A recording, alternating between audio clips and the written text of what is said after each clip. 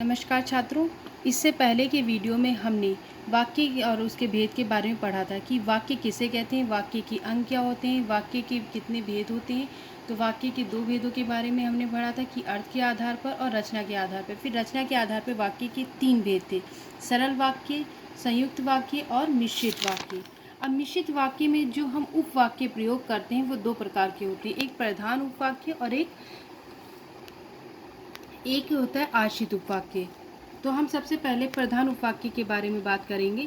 प्रधान या मुख्य उपवाक्य जो वाक्य का केंद्र होता है, जैसे ज्यों ही वह घर से निकला वर्षा होने लगी। अब वर्षा होने लगी ये इसका केंद्र वाक्य है, तो ये हमारा क्या हो गया, मुख्य वाक्य या प्रधान उपवाक्य।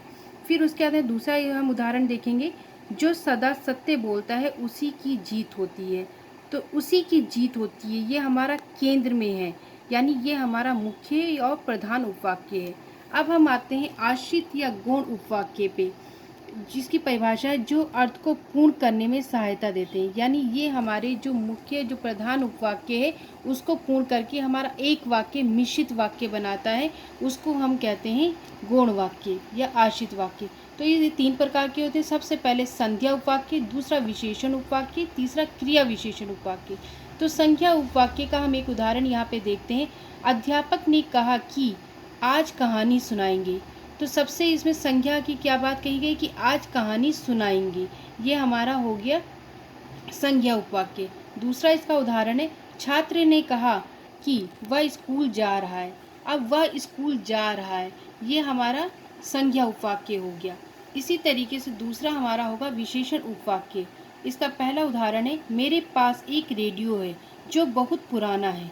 जो बहुत पुराना है ये विशेषण बता रहा है, रेडियो की विशेषता बता रहा है, तो इसलिए ये हमारा विशेषण उपवाक्य हुआ। इसका दूसरा उदाहरण है, मैं उसी आदमी को जानता हूँ जिसने दीवार तोड़ी है। यानी मैं उस आदमी को जानता हूँ जिसने दीवार ये तोड़ी है, ये उसकी विशेषता है कि उसने दीवार तोड़ी है, तो ये हमारा विशेषण उपवाक्य है। अब तीसरा है क्रिया विशेषण उपवाक्य। यहाँ पहला उदाहरण ये है, वहाँ जाकर काम करो जहाँ छाया है।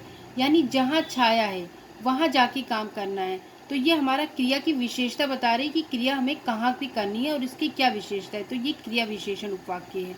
दूसरा इसका उदाहरण है, जैसे ही उत्सव समाप्त हुआ सब लोग चले गए। अब जैसे ही उत्सव समाप्त हुआ वैसे ही सब लोग चले गए, ये क्रिया की विशेषता बता रहा है कि जैसे ही उत्सव समाप्त हुआ वैसे ही क्या क्रिया हुई कि वो सब लोग चले गए, तो ये हमारा क्रिया विशेषण उपवाक्य हुए कि जैसे ही उत्सव समाप्त हुआ। इसका दूसरा हम तीसरा उदाहरण देखेंगे, जहाँ जहाँ नेताजी प्रचार के लिए गए भीड़ ने उनका स्वागत किया। अब भीड़ ने उनका स्वागत किया ये क्रिया हो रही है, इसकी विशेषता क्या है, जहाँ जहाँ नेताजी प्रचार के लिए गए भीड़ ने उनका स्वागत किया, तो ये हमारा मतलब उपवाक्य हो गया क्रिया विशेषण उपवाक्य। अब हमने उपवाक्य भी कर लिया, तो हमारा जितना भी रचना के आधार पे वाक्य का जो भी पूरा था वो जो भी वाक्य था वो हमारा पूरा हो गया। वाक्य तथा उसके भेद रचना के आधार पे इस प्रकार हमारे पूरे हो गए हैं।